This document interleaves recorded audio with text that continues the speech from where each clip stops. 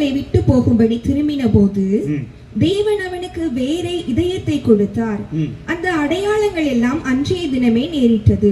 சவுலை குறித்து சொல்லப்பட்ட ஒரு அழகான வார்த்தை. பழைய ஏற்பாட்டிலே சவுலை குறித்து படித்தவர்களுக்கு தெரியும். சாதாரண குடும்பத்தில் பிறந்து வளர்ந்து ஒரு குறிப்பிட்ட காலத்திலே கர்த்தர் அவனை தெரிந்தெடுத்து அபிஷேகித்து ராஜாவாக அவனை மாற்றினார். அந்த சவுலை குறித்து சொல்லப்பட்ட ஒரு அழகான வார்த்தை. நான் சரித்திரத்துக்குள்ள எல்லாம் போகவில்லை. இந்த வசனத்திலிருந்து ஆவிக்குரிய கண்ணோட்டத்தோடு கர்த்தருடைய ஆவியானவர் இடைப்பட்ட பிரகாரம் நான் பேசி குறித்த நேரத்தில் நான் முடித்து ஜெபிக்க விரும்புகிறேன். எல்லாரும் இந்த வார்த்தையை நன்றாய் கவனிங்கள். சவுல் சாமுவேலிடத்தில் வந்த விதம் ஒன்று இருக்கிறது. சவுல் சாமுவேலிடத்தில் வரும்போது சவுலுடைய வாழ்க்கை எடுத்து வைத்து சொல்ல போனா எதுவுமே கிடையாது. அலைந்து திரிந்தவன், தேடியும் கிடைக்காதவன், வாழ்க்கையில அடுத்து எனக்கு இப்படி ஒரு வாழ்க்கை உண்டு என்கிற எண்ணம் இல்லாதவன், பல தோல்விகளை சந்தித்தவன். அவன் குடும்பத்தை குறித்து சொன்னா எல்லாரை காட்டிலும் சிறிய குடும்பம், தன் வாழ்க்கையில இப்படி ஒரு மேன்மை உண்டாகும் என்கிற நம்பிக்கை இல்லாதவன், இப்படி பல காரியங்களை சொல்லலாம். ஆனால் சாமுவேல் இடத்திலிருந்து வந்து சாமுவேல் இடத்திலிருந்து புறப்படும் போது வேதம் சொல்லுகிறது, அவன் வந்த பிரகாரம் போகவில்லை, அவன் திரும்பி போகும்போது அவன் வேறு மனுஷனாய் புறப்பட்டான் என்று. ஒரு சாமுவேல் இடத்தில் வந்த ஒரு சவுல் அவனிடத்திலிருந்து புறப்படும் போது அவன் வந்தது போல புறப்பட சாமுவேல் அனுமதிக்காமல் அவன் புறப்படும் போது வித்தியாசப்படுத்தி புறப்பட வைக்கிறார். அவன் வாழ்க்கை டோட்டலா சேஞ்ச் ஆகுது. ஒரு சாமுவேலிடத்தில் வந்துட்டு போகிறவன் வாழ்க்கையில ஒரு மாற்றம் உண்டாகுமானால், நான் வந்தது சாமுவேலிடத்தில் அல்ல, அந்த சாமுவேலை உண்டாக்கின கர்த்தரிடத்தில் வந்துட்டு போகிறேன். ஹல்லேலூயா, ஆமென். வரும்போது நான் எப்படி வேணாலும் வரலாம், ஆனா போகும்போது நான் எப்படி போறேன், இது ஒரு தேவ பிள்ளை ஆராய வேண்டிய காரியம். வரும்போது நான் தோற்றவனாய் வரலாம், இழந்தவனாய் வரலாம், வெட்கப்பட்டவனாய் வரலாம், ஒன்றும் இல்லாதவனாய் வரலாம், என் வாழ்க்கை குறித்து அர்த்தம் இல்லாதவனாய் வரலாம், அல்லது வழி தெரியாதவனாய் எப்படி வேணாலும் வரலாம். ஆனா வந்த பிறகு நான் திரும்பி போகும்போதும் அதே நிலையில தான் போகிறேன் என்றால், அவர் பக்கத்துல தப்பு இருக்கான்னு கேட்டா கண்டிப்பா இல்ல, தப்பு என் பக்கத்துல தான். அவரிடத்தில் வருகிற ஒருவரையும் அவர் புறம்பே தள்ள மாட்டார். அவரிடத்தில் வருகிற ஒருவரை அவர் வெறுமையாய் திருப்பி அனுப்ப மாட்டார். என்னை விருதாவாய் தேடுங்கள் என்று அவர் யாரிடத்திலும் சொன்னது கிடையாது. ஒரு சாமுவேலிடத்தில் வந்துட்டு போகிறவன் வாழ்க்கையில ஒரு வித்தியாசம் உண்டாகுமானார், ஆமென், அந்த சாமுவேலையும் தீர்க்கதரிசியாய் அதிகாரப்படுத்தி நிறுத்தின ராஜாவின் சமூகத்தில் வந்திருக்கிற என் வாழ்க்கையில நிச்சயம் மாற்றம் உண்டாகும் என்று நிச்சயம் உள்ளவர்கள் வலது கரத்தை உயர்த்தி சத்தமாய் ஒரு ஆமென் சொல்லுங்க பார்க்கலாம். மத்திய 14வது அதிகாரத்தில் ஒரு சம்பவம் கொடுக்கப்பட்டிருக்கிறது, நமக்கு தெரியும். 13வது வசனம் 14வது வசனத்தில் படிச்சீங்கன்னா தெரியும். இயேசு அதை கேட்டு அவ்விடம் விட்டு படவில் ஏறி வனாந்தரமான ஒரு இடத்திற்கு தள்ளி போனார். ஜனங்கள் அதை கேள்விப்பட்டு பட்டணங்களில் இருந்து கால்நடையாய் அவரிடத்திற்கு போனார்கள். போனவர்கள் எப்படிப்பட்டவர்களாய் போகிறார்கள்? இயேசு வந்து திரளான ஜனங்களை கண்டு அவர்கள் மேல் மனதுருகி அவர்கள் வியாதியஸ்தர்களாய் இருந்தவர்களை சொஸ்தமாக்கினார். வந்த திரள் கூட்டம் ஒவ்வொருவரும் எல்லாருமே ஒரே சூழ்நிலையில் வரவில்லை, ஒவ்வொருவரும் ஒவ்வொரு சூழ்நிலையில தான் வராங்க, ஒவ்வொருவரும் ஒவ்வொரு பிரச்சனையோடு வராங்க, பலவிதமான எண்ணங்களோடு வராங்க. வந்த கூட்டம் ஒவ்வொரு கூட்டமும் ஒவ்வொருத்தர் வாழ்க்கை எடுத்து வச்சு பார்த்தா எல்லாருமே கொஞ்சம் ஏதோ ப்ராப்ளத்தோட தான் வராங்க. வரும்போது எப்படி வந்தார்கள் என்பது விஷயம் அல்ல, ஆனா திருப்பி அனுப்பினார் பாருங்க ஆண்டவர். அப்படி திருப்பி அனுப்பும் போது அவர்களை வெறுமையாய் அனுப்பாமல் வேதம் சொல்லுகிறது அவர்களை திருப்தியாக்கி அனுப்பினார் என்று. ஹல்லேலூயா. அந்த ஒரு நபர் கூட ஐயோ நான் திருப்தியாகாமல் போறேன் அப்படி சொல்ல முடியல. அத்தனை பேரை சீஷர்கள் அவர்களை திருப்தியாக்காம எப்படியாவது அனுப்பிவிடலாம் இருக்கும்போது இயேசு அங்க சொல்றார், எப்படிப்பா நான் இவங்களை இப்படி அனுப்புவேன்? என்ன தேடி வந்த என் பிள்ளைகளை, என்ன தேடி வந்த பிள்ளைய நான் இப்படி அனுப்புனா அவங்க வழியிலே சோர்ந்து போவார்கள். அப்போ அதுல அழகாய் சொல்லப்பட்டிருக்கிற அவரிடத்தில் வருகிற ஒருவரையும் வெறுமையாய் திருப்பி அனுப்ப என் ஆண்டவர் ஒரு நாளும் விரும்பவே மாட்டார். ஏன் இந்த வார்த்தை இந்த மாலை நேரத்தில் பேசிக் கொண்டிருக்கிறேன் என்றால், இன்றைக்கு மாலையில் மாத்திரம் அல்ல, ஒவ்வொரு முறை சமூகத்தில் போய் உட்காரும் போது அறிந்து கொள்ளுங்கள், நான் திரும்பும் போது கர்த்தர் என்னை வெறுமையா திருப்ப மாட்டார். ஒரு வித்தியாசப்படுத்தி தான் கர்த்தர் என்னை திரும்ப பண்ணுவார். நம்புறவங்க நல்ல கைகளை தட்டி ஆமென் சொல்லுங்க பார்க்கலாம். ஹalleluya. எப்பேற்பட்ட வாழ்க்கையானாலும் இந்த சத்தத்தை கேட்டுக்கொண்டிருக்கிற அன்பு உள்ளங்களே, உங்க வாழ்க்கை எப்படிப்பட்ட நிலை என்பது விஷயம் அல்ல. வருகிற நீ எந்த நிலையில இருக்கிற, வருகிற நீங்கள் எப்படிப்பட்ட நிலையில் இருக்கிறீர்கள், இப்படி பார்த்து அரவணைக்கிற தெய்வம் அல்ல நான் ஆராதிக்கிற தேவன். எந்த நிலையில் வருகிற ஜனத்தையும் ஏற்றுக்கொண்டு அவர்கள் வாழ்க்கையில திருப்தியை அனுபவிக்க வைக்கிறவர், அவர்கள் வாழ்க்கையில வித்தியாசத்தை உண்டு பண்ணுகிறவர், அவர்கள் வாழ்க்கையை மேன்மைப்படுத்துகிற ராஜா என் ராஜா. ஹalleluya. வருகிற கூட்டம் எப்படிப்பட்ட கூட்டம், இவன் எந்த கோத்திரம், இவன் எந்த ஜாதி, இவன் எந்த மதம், இப்படி பார்த்து சேர்த்து அணைக்கிறவர் அல்ல நான் ஆராதிக்கிறேன் ஆண்டவர். எப்படி எத்தனை திரளான ஜனங்கள் வந்தார்கள். வருகிற ஒவ்வொருத்தரும் எப்ப நீ எந்த ஜாதி, நீ எந்த, இப்படி பார்த்து அல்ல கூட்டத்தில் இடம் கொடுத்தது. அத்தனை பேர் ஏற்றுக்கொண்டார். ஏற்றுக்கொண்டவர் மாத்திரம் அல்ல, திருப்பி அனுப்பும் போது அத்தனை பேர் திருப்தியாக்கி. இந்த சத்தத்தை பேசும்போது பல ஆண்டுகளா நான் தேவ சமூகத்துல வந்திருந்தோம், இன்னும் நான் திரும்ப அதே நிலையில தான் போயிட்டு இருக்கிறேன் என்றால் பிரச்சனை என் பக்கம் தான் இருக்குதுன்னு அர்த்தம். அவரிடத்தில் வருகிற ஒருவர், சவுல் எவ்வளவு நேரம் சாமுவேலோடு இருந்திருப்பார்? ஒரு இரவு மாத்திரம், சில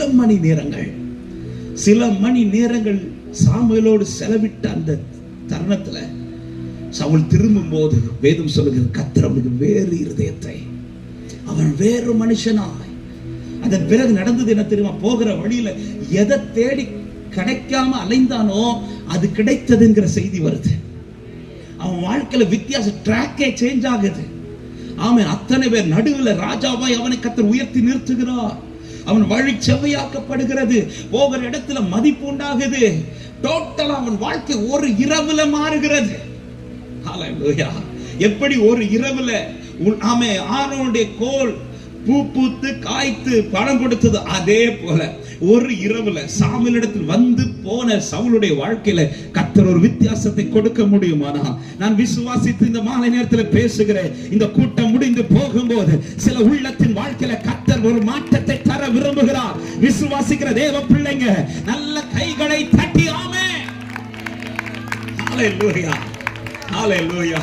எனவே தான் தேவ சமூகத்தில் எப்பொழுது போய் உட்காரும் போது ஒரு எதிர்பார்ப்போட, ஆமென், எந்த டைம்ல நீங்க ஆண்டவர் சமூகத்தில் இருந்தாலும் சரி, நீங்க பர்சனலா வீட்டுல ஜெபிக்க உட்காரும் போதும் சரி, சபைகள்ல கூடி ஆராதிக்கும் போதும் சரி, ஒவ்வொரு முறை ஆலயத்துக்கு போகும் போதும் சரி, உங்களுடைய ஜெபம் இதுவா தான், ஆண்டவரே நான் போகிறது போல நான் திரும்பி வரக்கூடாது ஆண்டவரே.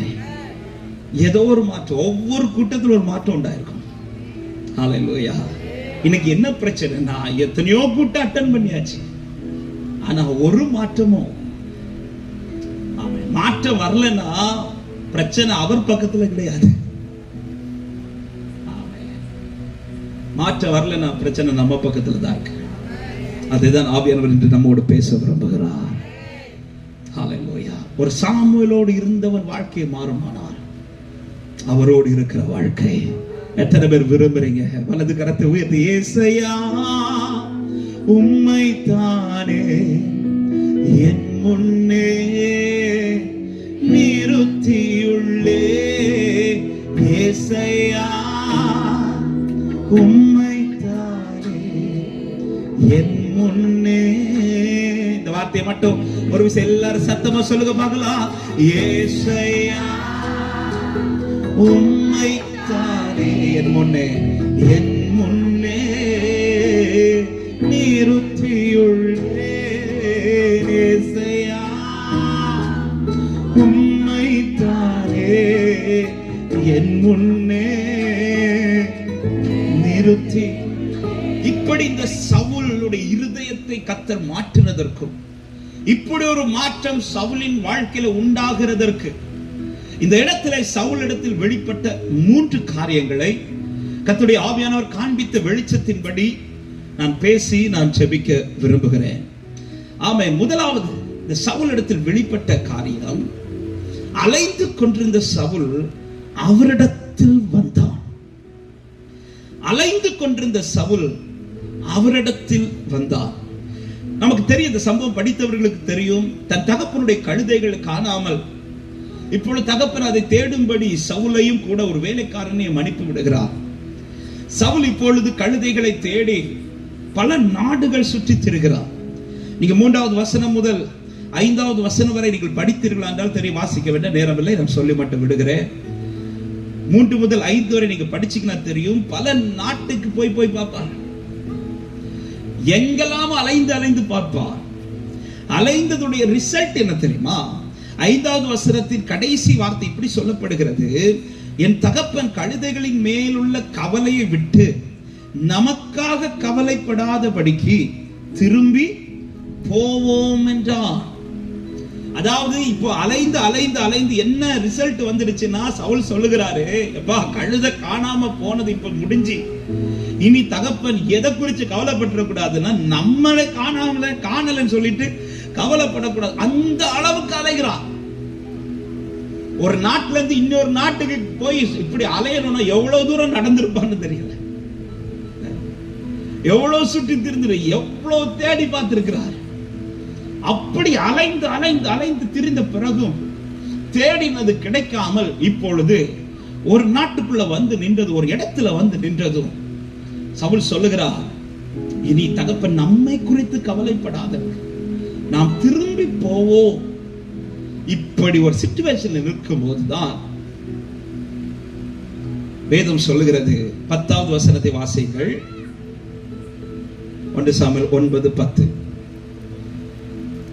அப்பொழுது சவுல் தன் வேலைக்காரன், நல்ல காரியம் சொன்னாய், போவோம் வா என்றார். அப்படியே தேவனுடைய மனுஷன் இருந்த அந்த பட்டணத்திற்கு போனார்கள். கரங்களை உயர்த்தி சத்தமாய் ஆமென் சொல்லுங்க பார்க்கலாம். திரும்பி போவோம் என்று இருந்தவன் இப்பொழுது என்ன டிசிஷனுக்குள்ள வாரானா, என்ன தீர்மானத்துக்குள்ள வாரானா?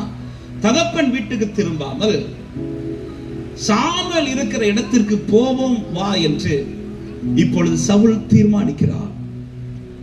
சவுல் வாழ்க்கை மாறுவதற்கு முதல் ரீசன் என்ன தெரியுமா? திரும்ப உலகத்துக்குள்ள போலாம், அப்படி தகப்பன் வீட்டுக்கு போலான்னு இருந்த சவுல் தன் இருதயத்தின் தீர்மானத்தை திருப்பி அவரிடத்தில் போவோம் என்கிற உறுதியான தீர்மானத்துக்குள் வருகிறான். என் வாழ்க்கை சரியான ஒரு மாற்றம் உண்டாக வேண்டும் என்றால் என் இருதயம் உலகத்தை தேடுவதை தாண்டி எப்பொழுது உன்னதரை தேட தொடங்குதோ அப்பொழுது என் வாழ்க்கையில சகலவித மாற்றங்களை என்னால பார்க்க முடியும். சத்தமாய் ஆமென் சொல்லுங்க பார்க்கலாம். 2 டிசிஷன், இப்ப 2 ஆப்ஷன் இருக்கு. ஒன்னு தகப்பன் வீட்டுக்கு திரும்புறது, இன்னொரு ஆப்ஷன் சாமுவேல் இடத்தில் திரும்புறது. இப்ப எந்த ஆப்ஷன் தெரிந்தெடுக்கிறானோ அதை பொறுத்துதான் இனி சவுலுடைய வாழ்க்கை. அவன் இன்னைக்கு எல்லாருடைய வாழ்க்கையில இந்த 2 ஆப்ஷன்ஸ் இருக்கும். ஒன்னு உலகத்தின் பாதை ஒன்று இருக்கிறது, 2 உன்னதருடைய பாதை ஒன்று இருக்கிறது. உலகத்தின் பாதையை தான் இன்னைக்கு மேக்ஸிமம் தெரிந்தெடுப்பார்கள். பாருங்க, நகோமி மோவாப் தேசத்துல போய் தன் பிள்ளைகளுக்கு திருமணம் முடித்த பிறகு அவள் வீட்டுல ஒரு பெரிய இடி. புருஷன் மரிக்கிறான், பிள்ளைகளுடைய அதாவது 2 பிள்ளைகளும் மரிக்கிறார்கள். இப்பொழுது நகோமி 2 மருமக்கள் மாத்திரம். இப்பொழுது நகோமி பெத்லகேமுக்கு புறப்படலாம் ரெடி ஆகும் போது 2 பேரையும் கூப்பிட்டு சொல்றா, இனி உங்களுக்கு எனக்கு வாழ்க்கை தர முடியாது, எனவே நீங்க இனி உங்க வாழ்க்கை நீங்க இங்கே பார்த்துக் கொள்ளுங்க, நான் போகிறேன்னு சொல்லும் போது இப்ப 2 ஆப்ஷன் இருக்கு. ஒன்னு மோவாபிலே இருக்கலாம், அல்லது நகோமி கூட பெத்லகேம் போகலாம். ஆமென். ஓர்பால் என்ன ஆப்ஷன் செலக்ட் பண்ணிட்டானா, இங்கே இருந்துடலாம், மாமியாருக்கு முத்தமிட்டு அவன் அங்கே இருந்துட்டான். ஆனா ரூத் அப்படி இல்ல. நகோமின் கரத்தை இறுக பிடித்துக் கொண்டு சொல்லுகிறார், உம்முடைய ஜனம் என்னுடைய ஜனம், உம்முடைய தேவன் என்னுடைய தேவன். பெத்லகேமுக்கு போகிற ஆப்ஷனை சரியா பிடிச்சா பாருங்க. ஆமென். ரிசல்ட் என்ன தெரியுமா? அந்த புஸ்தகம் ஓர்பால் ரூத்தின் சரித்திரம் அப்படி எழுதப்படல. அந்த புஸ்தகம் ரூத்தின் சரித்திரமாய் மாத்திரம் தான் எழுதப்பட்டிருக்கிறது. ஹல்லேலூயா. இந்த மாலை நேரத்தில் சத்தத்தை கேட்கிற அன்பு உள்ளமே, உலகத்தின் பாதையை நீ உதறிவிட்டு உன்னதருடைய பாதையை நீ பிடித்து பார். உன் வாழ்க்கையை கர்த்தர் சரித்திரமாய் மாற்ற என் ஆண்டவர் இன்று வல்லவராய் இருக்கிறார். விசுவாசிக்கிறவங்க சத்தமாய் ஆமென் சொல்லுங்க பார்க்கலாம். சவுலுடைய வாழ்க்கையில ஒரு பெரிய மாற்றம் வருவதற்கு முதல் ரீசன் என்ன தெரியுமா? தான் தெரிந்தெடுத்த தீர்மானம். அந்த தீர்மானம் தெரிந்தெடுப்பதற்கு கர்த்தர் ஒரு வேலைக்காரனை பயன்படுத்துறார். சவுல் சொல்லுகிறார், நம்ம திரும்பி போயிடலாம் சொல்லும் போது அந்த வேலைக்காரன் அழகாய் சொல்லுகிறான் பாருங்கள். 1 சாமுவேல் 9வது அதிகாரம். கர்த்தருக்கு மகிமை உண்டாவதாக. அதனுடைய 6வது வசனத்தை வாசிக்கிறீங்களா? 1 சாமுவேல் 9:6. அதற்கு அவன், இதோ இந்த பட்டணத்திலே தேவனுடைய மனுஷன் ஒருவன் இருக்கிறார், அவர் பெரியவர், அவர் சொல்லுகிறதெல்லாம் தப்பாமல் நடக்கும், அங்கே போவோம், ஒருவேளை அவர் நாம் போக வேண்டிய நம்முடைய வழியை நமக்கு தெரிவிப்பார் என்றான். நாம் போக வேண்டிய வழியை நமக்கு தெரிவிப்பார் என்றான். இந்த வார்த்தை கேட்ட உடனேதான் சவுல் தீர்மானத்தை திருப்புகிறார். தகப்பன் வீட்டுக்கு திரும்ப உலகத்தின் பாதையிலே போலாம், எல்லாரையும் போல இதே ட்ரை பண்ணலாம் இப்படி திரும்ப இருந்த சவுல் இப்பொழுது சரியான ஒரு திருப்பத்திற்கு நேராய் திரும்புவதற்கு காரணம் கூட இருந்த ஒரு வேலைக்காரன் காண்பித்துக் கொடுத்த ஒரு வழி. வேலைக்காரர் சொல்லுகிறார், இங்க ஒரு பெரியவர் இருக்கிறார், அவர் சொல்லுகிறது தப்பாமல் நடக்கும், அவர் கிட்ட போனா நாம் போகும் வழியை அவர் நமக்கு தெரிவிப்பார். ஹல்லேலூயா. எப்படி அந்த வேலைக்காரன் சவுலுக்கு ஒரு வழிகாட்டியாய் அந்த நேரத்துல பயன்பட்டாரோ, அதே போலதான் இந்த மாலை நேரத்துல நான் ஒருவருக்கு வழிகாட்டியா இந்த இடத்துல பயன்பட்டு கொண்டிருக்கிறேன். இந்த சத்தத்தை கேட்டுக் கொண்டிருக்கிற அன்பு உள்ளமே, அலைந்து திரிந்து இனி என்ன செய்வது என்கிறது அறியாமல் யாராவது இந்த சத்தத்தை கேட்டுக் கொண்டிருக்கிறீர்கள் என்றால், இந்த வேலைக்காரன் சொன்ன சத்தியத்தை போல நான் ஒரு சத்தியத்தை சொல்லுகிறேன். நம் நடுவில் ஒரு பெரியவர் இருக்கிறார், அவர் சொல்லுவது ஒன்றும் தப்பாமல் நடக்கும். நாம் போக வேண்டிய வழி அவர் நமக்கு தெரிவிப்பார், நாம் போக வேண்டிய பாதை அவர் நமக்கு காண்பிப்பார். நீ எப்படிப்பட்ட நிலையில் வந்தாலும் உனக்காய் வழியை காண்பிக்கிறவர் இடத்தில் வந்து பார், அவர் உனக்கு வழியை தெரிவிப்பார். ஹல்லேலூயா, ஆமென். அது சரியான இடத்துல கொண்டு வந்து நிறுத்தி இந்த வேலைக்காரன் சொல்றதை கேட்டு இந்த இடத்துல நீ ஒரு வேலைக்காரன், நீ சொல்றதுபடி நான் நடக்கணுமா என்று அப்படி மனதை வைக்காமல் அந்த இடத்துல அவன் அறிந்து கொண்டது, இது எனக்கு சரியான தருணம். அந்த வேலைக்காரனுடைய ஒரு டியூட்டியை தான் இந்த மாலை நேரத்தில் இந்த இடத்துல ஊழியர்களாக நாங்கள் இன்று செய்து கொண்டிருக்கிறோம். இந்த சத்தத்தை கேட்டுக் கொண்டிருக்கிற அன்பு உள்ளங்களை, அந்த வேலைக்காரன் செய்த டியூட்டியை நான் செய்கிறேன். இன்றைக்கு என்ன செய்கிறேன்? ஒரு வழியை காண்பித்து தருகிறேன். ஆமை, நீ எந்த நிலையில் இருந்தாலும் என் நடுவில் ஒரு பெரியவர் இருக்கிறார். இந்த மாலை இந்த கூட்டத்தில் ஒரு பெரியவர் இருக்கிறார். நீ அவரிடத்தில் வருவாயானால் உனக்கான வழியை கர்த்தர் வெளிப்படுத்துவார். ஹல்லேலூயா. ஒரு சாமுவேல் சொன்னதே தப்பாம நடக்கும்னா அவர் சொல்ல ஆகும், அவர் கட்டளையிட நிற்கும். ஹல்லேலூயா, ஆமென். இந்த சத்தத்தை கேட்டதும் சவுல் அவன் சத்தத்திற்கு செவி கொடுக்கிறான் பாருங்க. ஆமென்.